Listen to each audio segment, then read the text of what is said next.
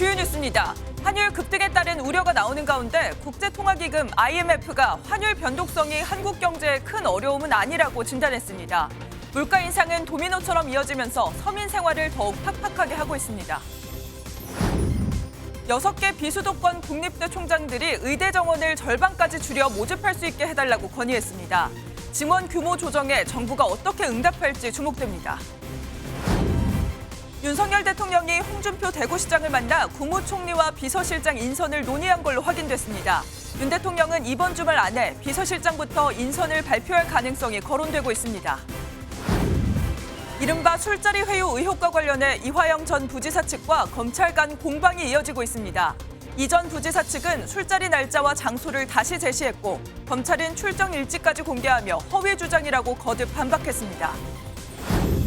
오늘도 황사의 영향으로 강원 영동과 남부, 제주를 중심으로 미세먼지 농도가 짙겠습니다. 낮 기온은 최고 28도까지 올라 덥겠지만 내일 전국에 비가 내리면서 더위는 주춤하겠습니다. 시청자 여러분 안녕하십니까?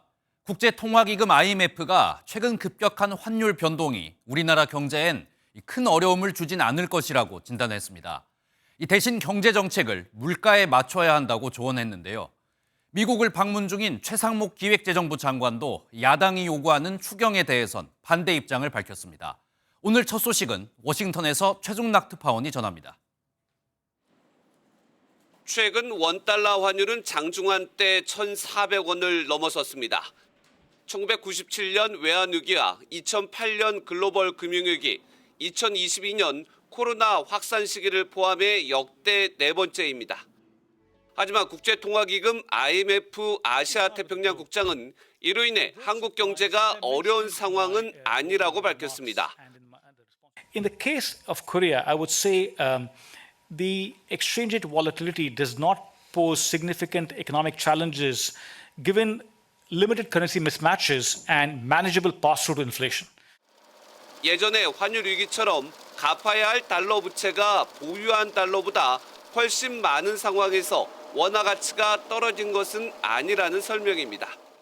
그러면서 한국의 통화 정책은 물가에 초점을 맞춰야 한다며 여전히 높은 물가가 내려올 때까지는 긴축 구조를 유지해야 한다고 조언했습니다. 미국을 방문 중인 최상목 기획재정부 장관 겸 부총리도 원달러 환율을 면밀히 모니터링하고 상황별 대응 계획도 있다면서 국제 협력을 이어갈 것이라고 말했습니다. 필요한 경우에는 국제협력을 통해서도 외환시장 메시지를 내긴 하거든요. 그래서 이번에 저희가 일본 재무장관과의 면담이라든지 한미일 재무장관 회의 같은 경우에도 그런 일환이라고 보시면 될 것 같고요. 최 부총리는 특히 야당이 요구하고 있는 추경과 관련해선 지금은 민생이나 사회적 약자를 지원하는 것이 재정의 역할이라며 부정적 입장을 드러냈습니다. 워싱턴에서 MBN 뉴스 최종락입니다. 앞서 보신 것처럼 IMF는 우리나라의 경제 정책을 물가 안정에 맞춰야 한다고 조언했죠. 하지만 총선이 끝나자마자 기다렸다는 듯 여러 제품들의 가격이 오르고 있습니다. 최근 치킨과 편의점 생필품에 이어 우리 밥상에 자주 오르는 조미김과 간식인 초콜릿까지 가격이 올랐는데요. 다른 제품들의 가격도 줄줄이 오를 것으로 보입니다. 이 내용은 박통일 기자입니다. 밥 한 공기 뚝딱 비울 수 있는 김은 대표적인 국민 반찬으로 꼽힙니다. 조미김 시장 5손가락 안에 드는 중견업체들이 잇따라 가격 인상에 나섰습니다. 슈퍼마켓 등 일부 유통 채널에서 10에서 20% 정도 가격을 올렸는데 대형마트도 조만간 올릴 예정입니다. 김마저 올라간다면 저희 식탁에는 너무 반찬이 적어지지 않을까 싶긴 해요. 김의 원재료인 원초 가격이 급등했기 때문인데 원초는 전년 대비 2.7배 올랐습니다. 우리나라와 함께 김을 재배하는 중국과 일본의 작황이 부진하면서 우리 김의 몸값이 높아진 것도 한몫했습니다. 국내 생산량이 제일 높거든요.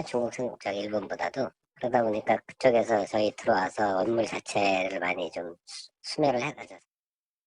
여기에 연일 최고가를 기록하는 카카오 가격에 초콜릿 관련 제품도 가격이 오릅니다. 롯데 웰푸드는 다음 달부터 초콜릿 제품 17종의 가격을 평균 12% 인상한다고 밝혔습니다. 전 세계 카카오 생산량 70%를 차지하는 서아프리카에 이상기후가 덮쳐 카카오 국제 가격이 1년 만에 3배 넘게 뛴 겁니다. 이렇게 되면 초콜릿이 들어가는 과자나 아이스크림, 빵까지 가격이 줄줄이 오를 가능성도 있습니다.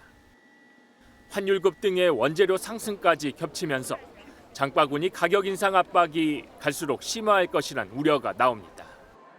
MBN 뉴스 박통일입니다. 최근 북한은 개성공단과 금강산으로 이어지는 경의선과 동해선에 지뢰를 매설했습니다. 그런데 이제는 아예 가로등까지 철거하면서 이 길을 사용하지 않으려는 모습이 확인됐는데요. 더 이상 남북 관계에 미련이 없다는 뜻을 보여주려는 걸까요? 정부는 남북 합의 정신 위반이라고 비판했습니다. 자세한 내용은 이시열 기자가 보도합니다.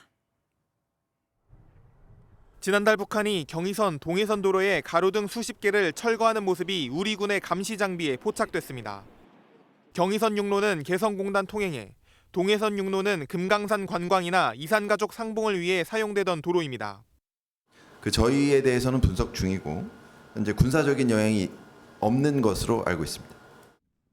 이 도로들은 정부가 지난 2001년부터 8년간 약 1억 3천만 달러 상당의 현물 차관을 지원해 건설됐습니다.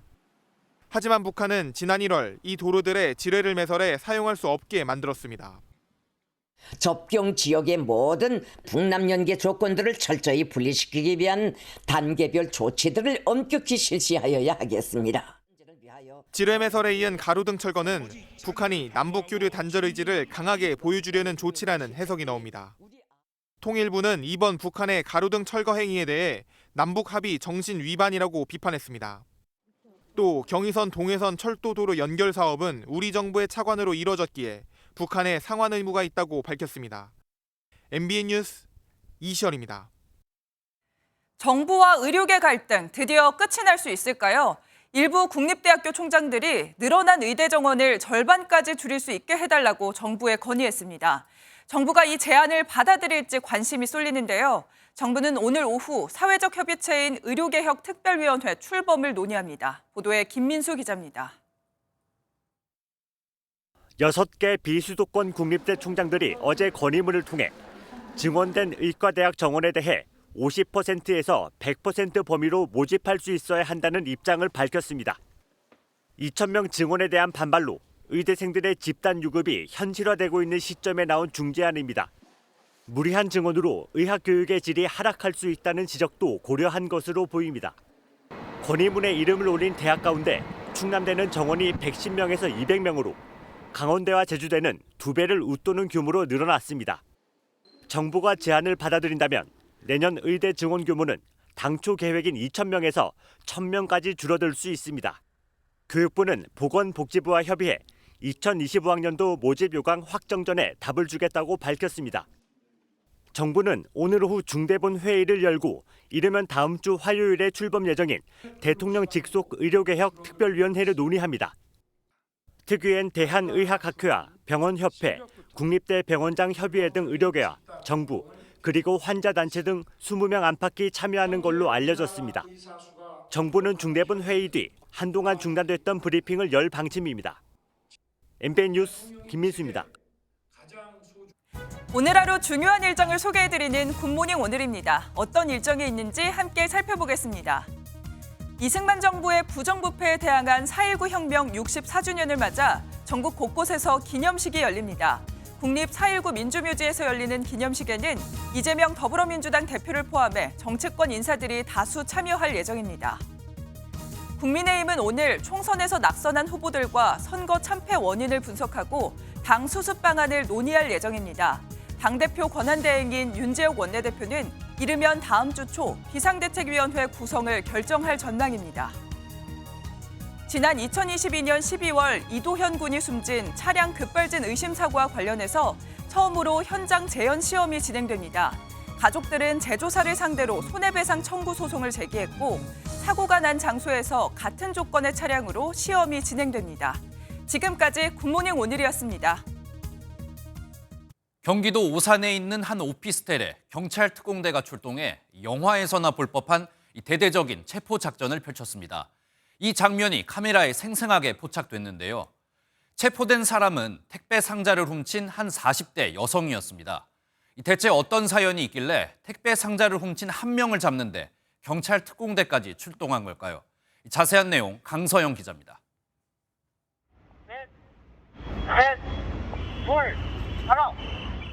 카운트다운과 함께 로프를 탄 경찰 특공대원들이 창문을 통해 건물 안으로 진입합니다.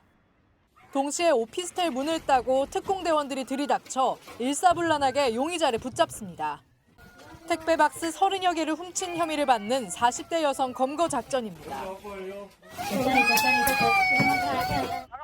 작전에 앞서 경찰은 여성을 절도 용의자로 특정하고 자택 내부 확인을 요청했습니다. 하지만 강하게 거부하며 14층 높이의 창문 난간에 오르자 경찰은 특공대원 투입을 결정했습니다. 그 택배 절도 때문에 당신의 집에 방문했다 하니 이제 우리 집에 들어오면 이거 다 불질러 버리고 죽겠다. 대화를 한 30분 이상 했어요. 근데 더 이상 안 될 것 같아서 이제 여성의 거주지에서 또 다른 택배 송장들을 발견한 경찰은 추가 수사를 통해 조만간 구속영장을 신청할 예정입니다. MBN 뉴스 강서영입니다. 10대 미성년자를 대상으로 성범죄를 저지른 남성 2명이 잇따라 경찰에 붙잡혔습니다. 피해자가 최소 3명은 더 있는 걸로 보이는데 휴대전화에선 성착취물로 보이는 영상까지 발견됐습니다. 보도에 최민성 기자입니다.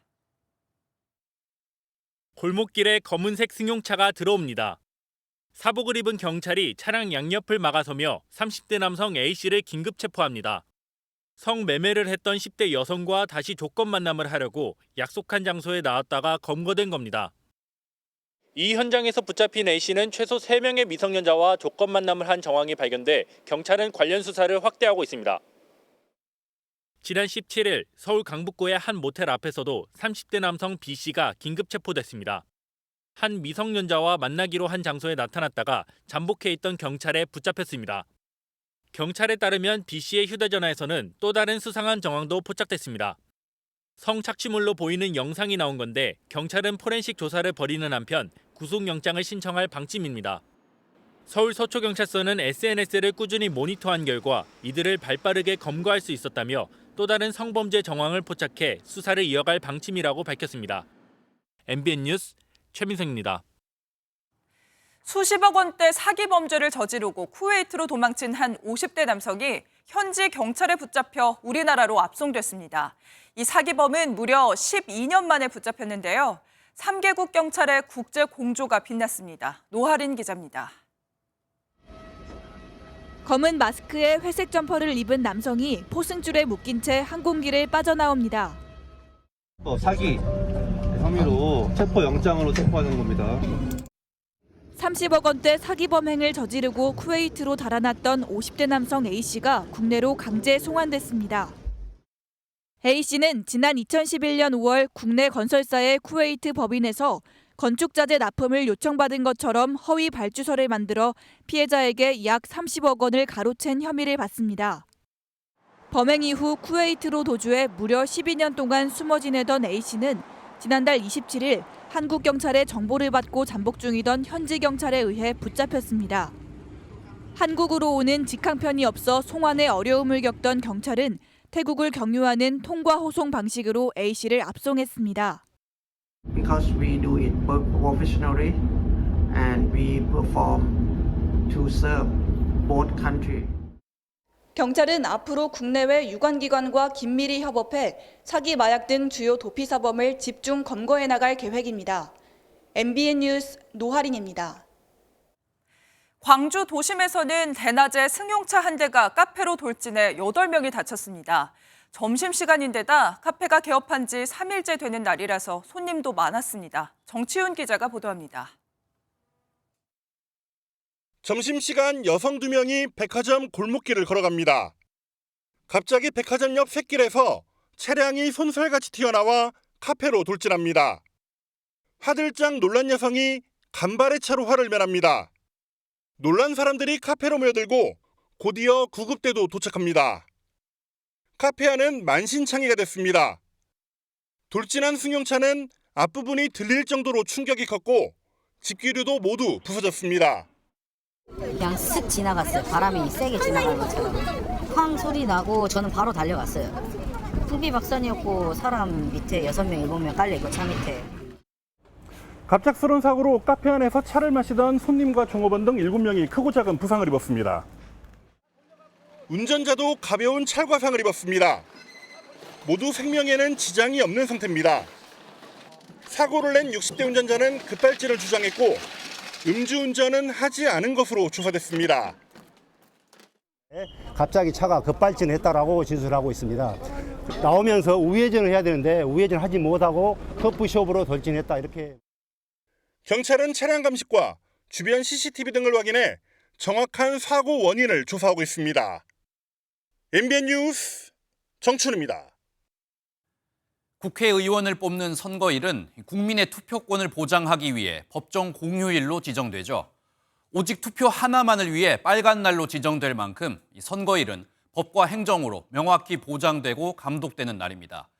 그런데 우리나라의 한 대기업 대표가 총선 당일 자전거를 타러 가자며 막내 직원들을 소집해 논란이 일고 있습니다. 백길종 기자입니다. MBN이 입수한 교보증권 노조의 성명서입니다.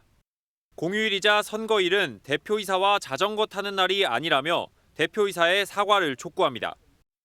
총선 당일인 지난 10일 교보증권 이모 대표이사는 경기도 양평에서 자전거를 타자며 신입사원 등을 소집했습니다. 새내기 공채 직원 3기수를 합쳐 21명이 참여했는데 기수별 인원이 10명이 안 되는 점을 고려하면 거의 모든 대상자가 참석한 셈입니다. 10시에 웅길산역에서 집합을 하라고 했대요. 그러면 과연 그 친구가 새벽에 투표를 하고 갔을까? 교보증권 노조는 새내기 입장에서 대표가 자전거를 타자는 명령을 거부할 수 있겠느냐며 선거권과 휴식권을 침해한 것이라고 비판했습니다. 선거권이 보장되어야 하는 임시 공휴일에 자전거를 타는 게 직장 내 괴롭힘에 해당될 소지가 매우 크고. 교보증권 측은 신입사원들과 격의 없이 소통하는 자리를 갖자는 취지였다고 해명했습니다. MBN 뉴스 백길종입니다.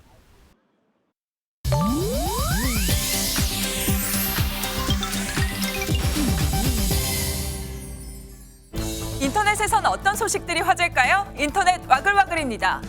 2003년 개봉한 박찬욱 감독의 영화 올드보이가 미국 드라마로 제작됩니다. 외신에 따르면 박 감독은 할리우드 영화사 라이언스 게이트 텔레비전과 손잡고 올드보이 영업한 TV 시리즈의 제작 작업을 시작했는데요. 대담하고 독창적이며 위험을 감수하는 스토리텔링을 대표하는 스튜디오와 함께 일하게 돼 기대가 크다는 소감을 밝혔습니다. 올드보이는 한국 영화 최초로 칸 국제영화제에서 심사위원 대상을 받았고 세계적인 흥행에도 성공했는데요.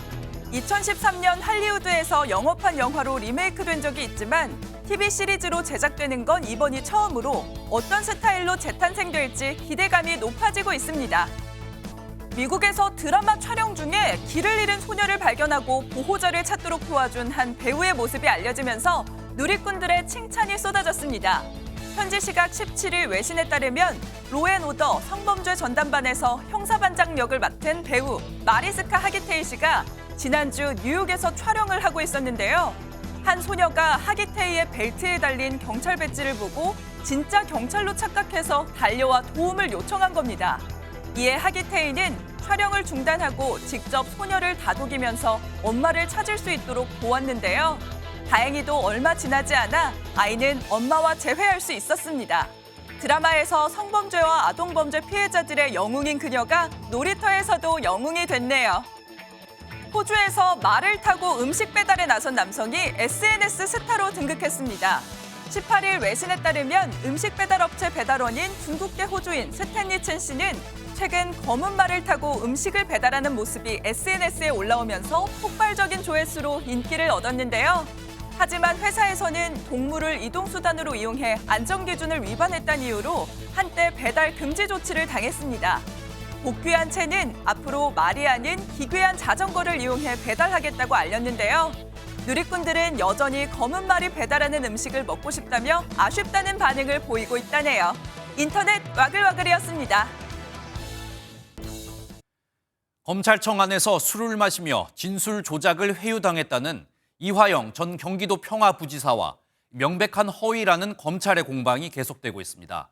이화영 전 부지사가 술판 회유는 검사 휴게실에서 이뤄졌다는 새로운 주장을 내놨는데요. 먼저 윤기란 기자가 보도하겠습니다. 이화영 전 경기도 평화부지사가 그린 수원지방검찰청 검사실 도면입니다. 그림을 공개한 이 전 부지사 측 김광민 변호사는 검사실 안 영상 진술 녹화실에서 이 전 부지사가 김성태 전 회장과 술을 마셨다고 밝혔습니다.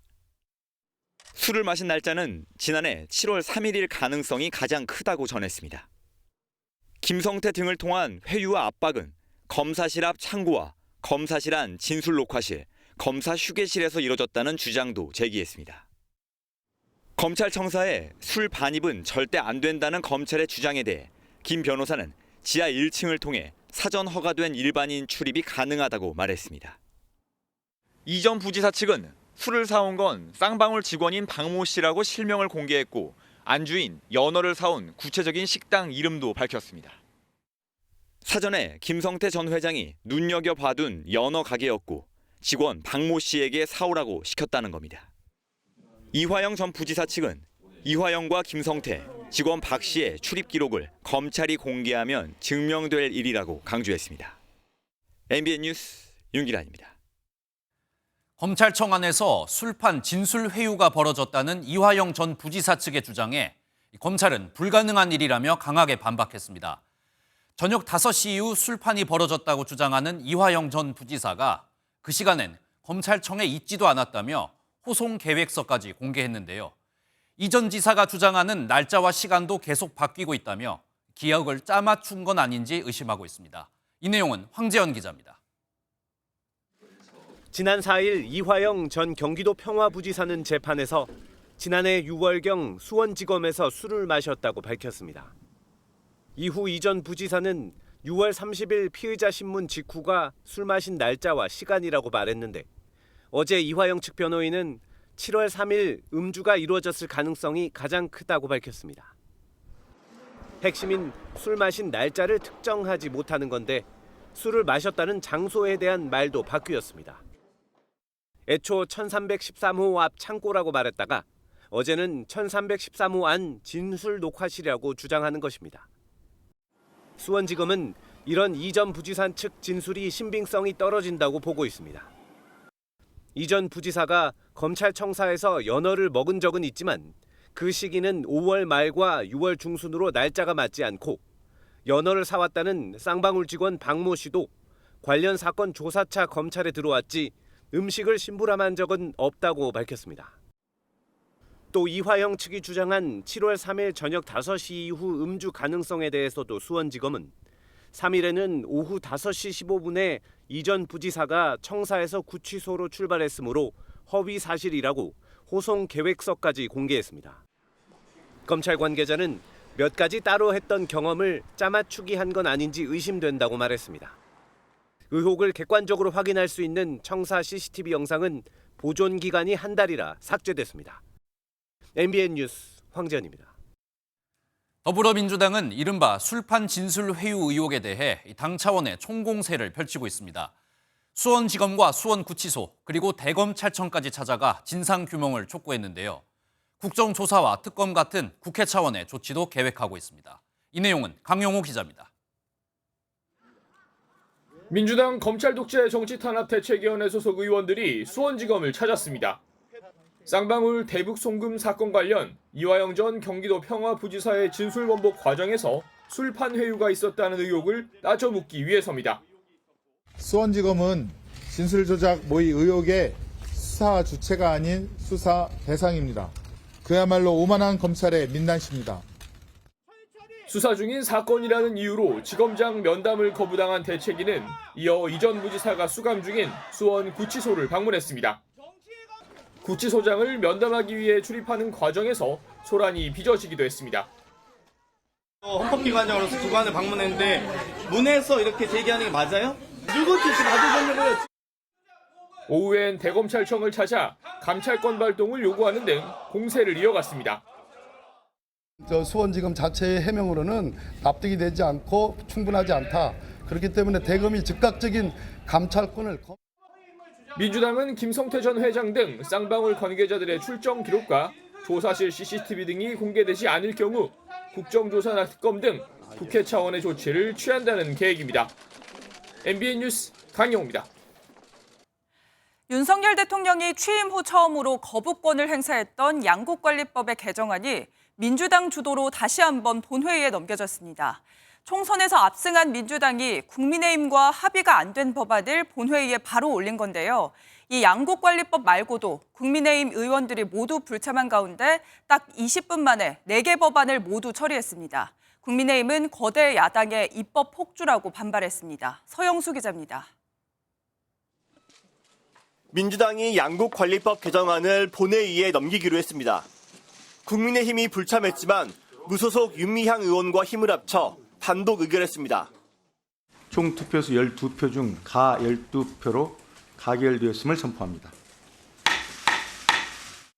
민주당은 지난해 윤석열 대통령의 거부권 행사로 폐기되자 일부 문구를 수정해 제2의 양국관리법을 만들었습니다.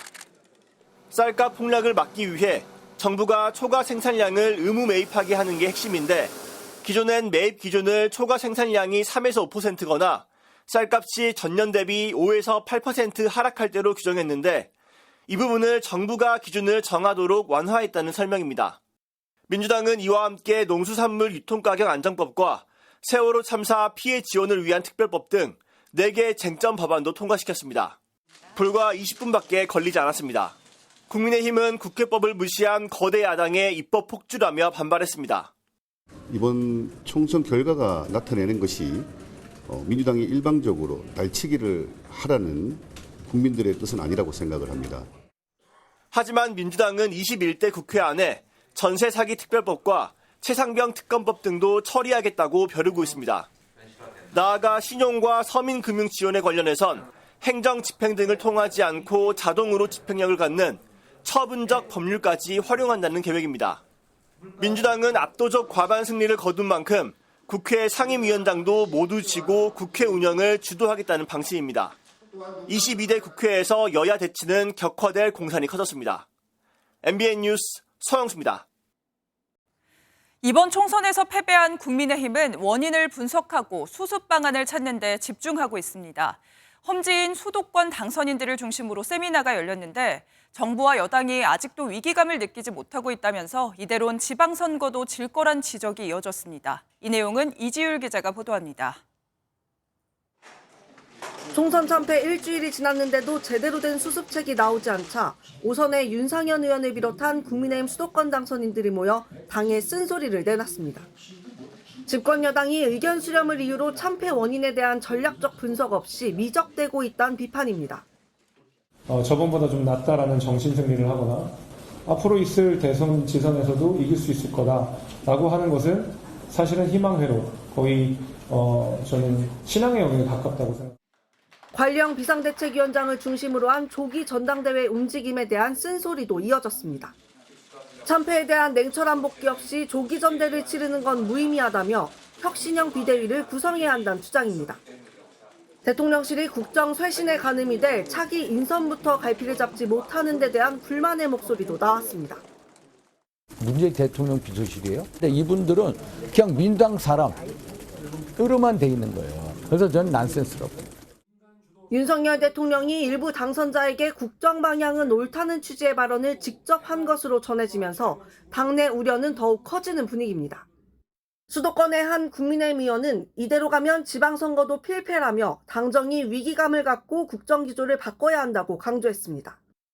총선 참패에도 위기를 인식하지 못하는 게 당의 위기라는 진단이 나오면서 국민의힘은 낙선자 총회를 열어 총선 패배 원인을 분석하는 등 체질 개선에 나선다는 방침입니다.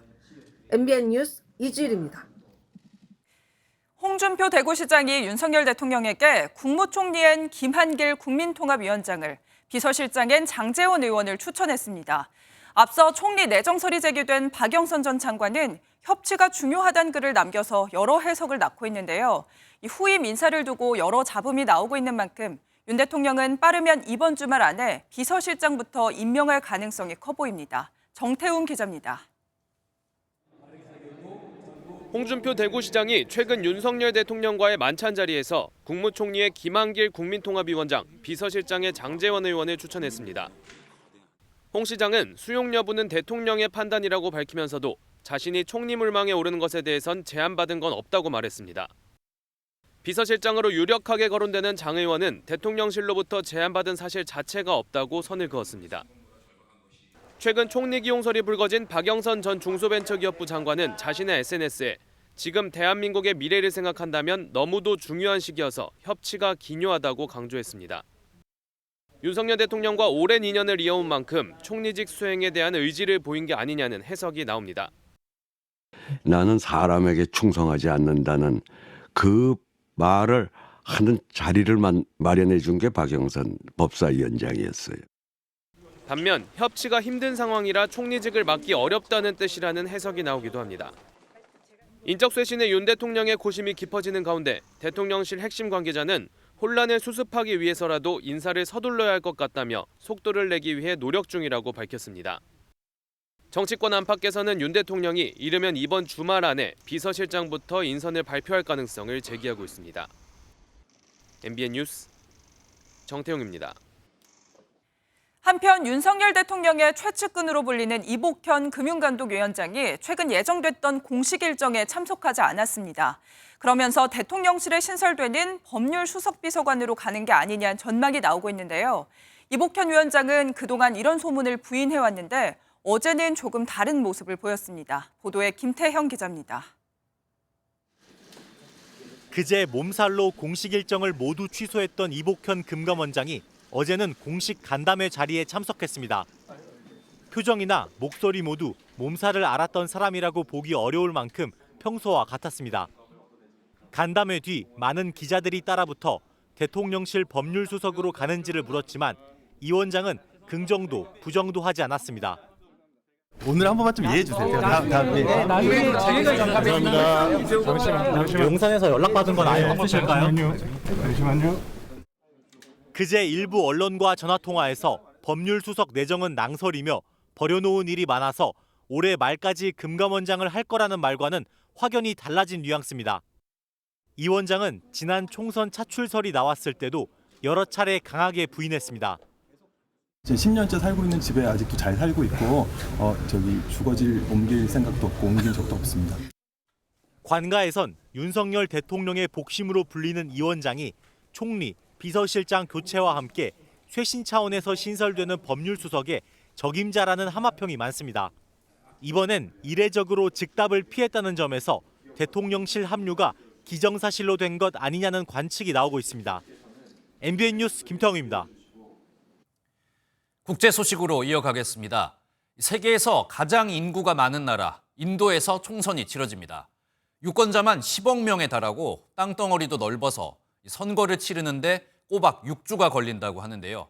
모디 총리가 3연임에 성공할 것이라는 관측이 지배적인 상황입니다. 보도에 이규옥 기자입니다. 전 세계 인구의 12%, 약 9억 7천만 명의 유권자가 한 표를 행사하는 세계 최대 민주주의 선거, 인도 총선이 오늘부터 6주간 치러집니다. 연방 하원 의원 543명을 선출하는데 105만 개 투표소에 투표관리원만 1,500만 명에 달합니다. 밀림과 사막 등 오지에 투표소를 설치하기 위해 맨발로 강을 건너는가 하면 말 등 동물들도 동원됐습니다. Station locations, polling party have to walk. In some of the locations, they have to go via vote. And there is one particular polling station where they have to trek for around 9 kilometers. 유권자들은 우리처럼 투표용지에 직접 기표하는 게 아니라 2004년에 도입된 전자투표기를 사용합니다. 지지하는 후보자의 사진과 당 마크 옆에 있는 버튼을 누르는 방식으로 한 표를 행사하는 겁니다. 이번 총선에서는 2014년부터 집권 중인 나렌드라 모디 정부가 압승해 모디 총리가 3연임에 성공할 거란 전망이 우세합니다. तो केंद्र में सरकार नहीं बना सकता, आपका वोट बेकार जाएगा और इसलिए आपका वोट बीजेपी की सरकार बनाएगा, ये गारंटी है. 집권 기간 인도를 세계 5위 경제 대국으로 성장시키는 등 경제적 성과가 긍정적으로 평가될 거란 분석입니다. MBN 뉴스 이규옥입니다. 브라질에선 사망한 삼촌의 시신을 휠체어에 태우고 은행에 가 삼촌 이름으로 대출을 받으려던 여성이 붙잡혔습니다. 삼촌의 시신을 본 은행 직원이 의사를 부르면서 이 여성을 체포했습니다. 최희지 기자입니다. 입을 벌린 채 뒤로 훅 넘어간 남성의 머리를 여성이 앞으로 당기며 말합니다. Igual documento aqui, ó. Paulo Humberto Braga. O senhor segura. Poste pra caramba a cadeira aí. Ele não segurou, ele é forte. 힘없이 축 처진 손을 서류에 가져가지만 펜을 잡기는커녕 남성은 고개조차 가누지 못합니다. 이 상황을 지켜보던 직원이 우려를 표합니다. Não tá bem não. Ó. A corzinha não tá ficando. 남성의 상태를 이상하게 여긴 은행 직원은 의사를 불렀습니다. 의사는 남성의 사망 사실을 확인했고 머리에서 혈흔까지 찾아냈습니다. 이 남성은 은행에 오기 몇 시간 전 이미 숨졌던 것으로 알려졌습니다. 함께 출동한 경찰은 현장에 있던 42살 브라질 여성을 체포했습니다. 죽은 삼촌 명의로 대출을 받으려 했다고 보고 사기와 절도 미수 혐의를 적용했습니다. 대출 받으려던 금액은 1만 7천 헤알, 우리 돈으로 약 450만 원입니다. 현재 이 여성은 은행에 도착할 때까지 삼촌이 살아 있었다라고 주장하고 있습니다. MBN 뉴스 최희지입니다.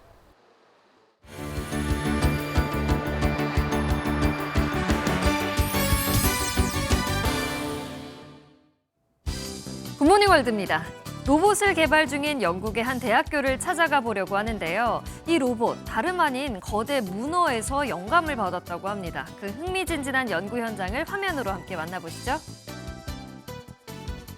수족관에서 유유히 수영을 하는 거대 문어.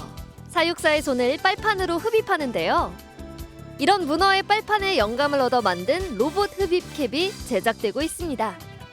영국 브리스톨 대학 로봇공학 연구팀 작품인데요. We know that in nature there's so many soft-bodied organisms. For example, octopuses and snails and some kind of fishes. They can adaptively suck onto irregular surfaces. 이런 원리를 기반으로 한 로봇 흡착컵. 궁극적으로는 산업적 용도로 사용되길 희망한다는데요.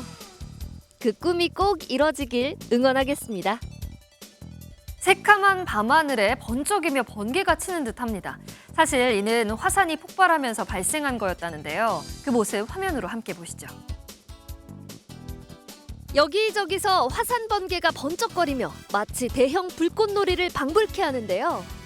시뻘건 용암이 밤하늘을 뒤덮었습니다. 현지 시각 16일 인도네시아 술라웨시주 루앙 화산이 분화를 시작하더니 17일 오후 크게 폭발했는데요. 이 분화로 회색 연기가 화산 정상에서부터 1,800m 높이로 치솟았고 용암이 흘러내렸습니다. 주민 11,000명에게 대피령까지 내려졌다는데요. 다행히 사망자나 부상자는 보고되지 않았다고 하네요. 여기 발레리나 353명이 세계 기록에 도전합니다. 동시에 한 동작을 성공시키는 건데요. 어떤 동작일지 화면으로 만나보시죠. 9세에서 19세의 발레리나 353명이 미국 뉴욕의 한 호텔에 모였는데요. 차이코프스키 음악에 맞춰 1분 동안 발가락 끝으로 딛고서는 앙포인트를 성공시키는 세계 신기록에 도전하기 위해서입니다. I thought that it was very cool how we can all get together from all over the world and accomplish a goal. So I wanted to be a part of it. 이전 세계 기록은 2019년 306명의 발레리나가 세웠는데요. 모두가 한마음으로 노력한 끝에 353명의 발레리나가 다시 세계 기록을 깼습니다. 다만 아직 공식적으로 인정받기 위해서는 최종 확인 작업이 필요하다는데요. 기다림의 시간도 행복이겠죠? 지금까지 굿모닝 월드였습니다. 굿모닝 문화 소식 순서입니다. 이번 주엔 어떤 볼거리들이 우리를 기다리고 있을까요? 다양한 미술 전시부터 뮤지컬 연극까지 이상주 기자가 소개드립니다. 청담일대 갤러리가 함께 전시를 활성화하는 프로젝트를 진행합니다. 진갤러리는 휴대폰과 모니터를 통한 시각 경험에 질문을 던지는 장효주 작가를 통해 디지털 이미지가 현실에서 실제와 같은 질감과 의미를 가질 수 있는지 묻습니다. 탕 컨템퍼러리 아트 서울은 독일 출신 요나스 버거트의 작품을 통해 복잡한 인간의 존재와 욕망, 의미에 대한 탐구를, 원앤제이 갤러리는 그림은 무엇인가라는 문제에 집중하는 서동욱 작가를 소개합니다. 현실에서 부재하는 어떤 대상을 찾아서 그것을 찾아가는 여정이라는 약간 로드무비 같은 약간 그런 형식을 가지고 있었거든요. 뭔가 결핍돼 있고 그 상실을 경험한 것, 그런 것에서부터 그 작업이 출발되는. 토미의 전국 투어 콘서트를 따라다니며 허름한 공연장을 전전하던 헤드윅이 뉴욕 타임스퀘어 옆에 있는 밀레니엄 극장에 올라 그동안 자신에게 있었던 일을 하나씩 꺼내기 시작합니다. 음악을 통해 상처로 얼룩진 인생의 의미를 찾아 헤매는 로커 헤드윅의 자전적 이야기는 2005년 작은 라이브 극장에서 시작해 콘서트와 뮤지컬을 넘나드는 듯한 독특한 스토리와 연출, 그리고 파워풀한 음악으로 흥행 돌풍을 일으켰습니다.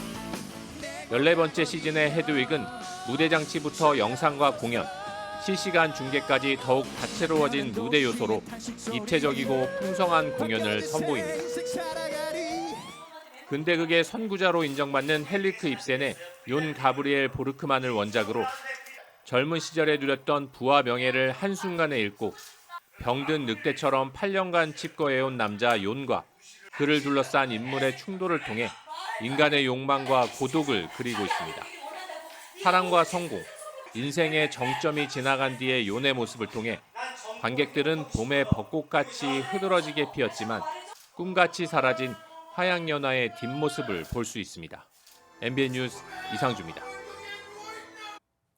오늘부터 20여 개국에서 온 세계적인 화랑들이 한자리에서 미술 축제를 엽니다. 40여 개 갤러리가 선택한 보석 같은 신진 작가들의 첫인상이 젊고 신선하다는데요. 이 떠오르는 작가들의 그야말로 미술 축제가 열렸습니다. 김문영 기자가 전합니다. 잠자리의 날개와 체리시가 잠시 잠든 듯이 붙어 있습니다. 프랑스의 갤러리가 2022년 마르셀 듀샹 프라이즈를 수상하고 디올과 협업한 화제의 프랑스 작가와 함께 한국을 찾았습니다. 현재 프랑스에서 개념 미술을 선도하고 있는 굉장히 젊은 작가님들이십니다. 젊은 한국 컬렉터들을 만나고 계속 소통할 수 있는 그런 기회를 만들고자 이제 참여를 하게 됐습니다. 화사한 꽃의 색감을 쫓다 보면 작가가 의도한 따뜻한 손길을 발견합니다. 국내 대표 화랑인 가나아트는 해외에서 사랑받고 있는 여성 작가들에 집중합니다. 너무 고가에 치우치거나 아니면 너무 저가에 치우쳐져 있는 그런 페어가 아니고요. 큰 갤러리에서도 주목을 하고 있는 그런 작가들의 작품들을 재밌게 찾아보실 수 있을 것 같습니다. 아시아의 큰손 펄렘과 유럽에서 일찍이 나라 요시토모를 주목한 갤러리 징크도 눈도장을 찍으러 왔습니다. 베일을 벗은 국제 아트 페어 아트 오에노는 유럽과 아시아는 물론 제3세계까지 현지에 가야 볼 수 있던 유망한 신진 작가와 젊은 콜렉터에 초점을 맞췄습니다. 좋은 작가들, 수준을 선보이는 갤러리들을 최대한 많이 국내에 선보이고 싶었어요. 너무 많이 보여지는 작가들만 저희는 하고 싶지 않았고요. 새로운 작가들이 더 신선함을 줄 수 있고 그런 확신이 있었습니다. 성공적인 출발을 알린 아트 오에노는 화랑미술제에 이어 올해 국내 미술 시장에 동향을 할 수 있는 가늠자가 될 것으로 보입니다. MBN 뉴스 김문영입니다. 손흥민 선수의 아버지 손흥정 감독이 다시 한번 아들은 월드클래스가 아니다라고 못 박았습니다.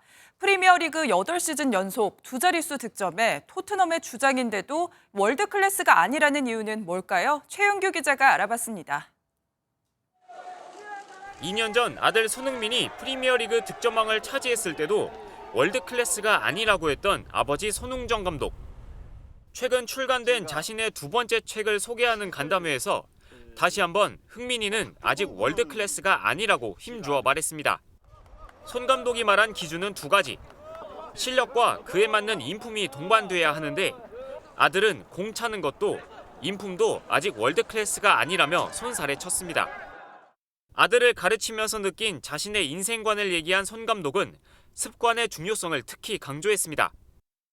좋은 습관은 나를 세워주고 성장시키고 발전하고 시간이 내 편으로 만들어지는데 나쁜 습관은 사실 시간이 적이 될 수 있잖아요.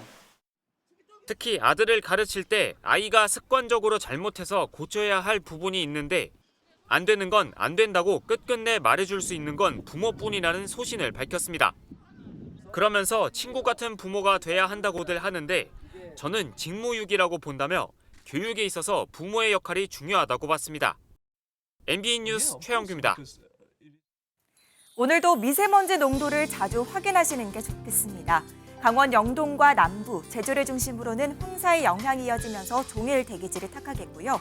그 밖의 지역도 국외 미세먼지가 유입되면서 일시적으로 먼지 농도가 짙게 나타날 때가 있겠습니다. 먼지는 내일 전국에 비가 내리면서 점차 해소되겠습니다. 비는 내일 아침에 제주와 전남 해안을 시작으로 오후에는 전국으로 확대되겠고요. 모레 새벽에는 대부분 그치겠지만 일부 동쪽 지역은 모레 저녁까지 이어지는 곳이 있겠습니다. 예상 강수량은 제주 산지에 최고 120mm 이상, 남해안을 중심으로도 최고 60mm의 강하고 많은 비가 쏟아지겠고요. 서울 등 수도권에는 5에서 10mm의 비가 예상됩니다. 오늘은 별다른 비 소식 없겠고요. 하늘 자체는 대체로 맑겠습니다. 지역별 현재 기온 보겠습니다. 서울 11.8도, 대구는 12.6도로 어제 아침과 비슷하거나 조금 높게 출발하고 있습니다. 낮 기온은 서울이 24도, 대전과 광주 26도, 대구는 28도까지 오르면서 때일은 더위가 나타나겠고 일교차가 크게 벌어지겠습니다. 이번 주말 동안 비가 내리면서 고온 현상은 한풀 꺾이겠습니다. 날씨였습니다. 금요일 아침 굿모닝 MBN 마치겠습니다. 저희는 다음 주 월요일 아침에 찾아뵙겠습니다. 오늘도 좋은 하루 보내세요. 고맙습니다.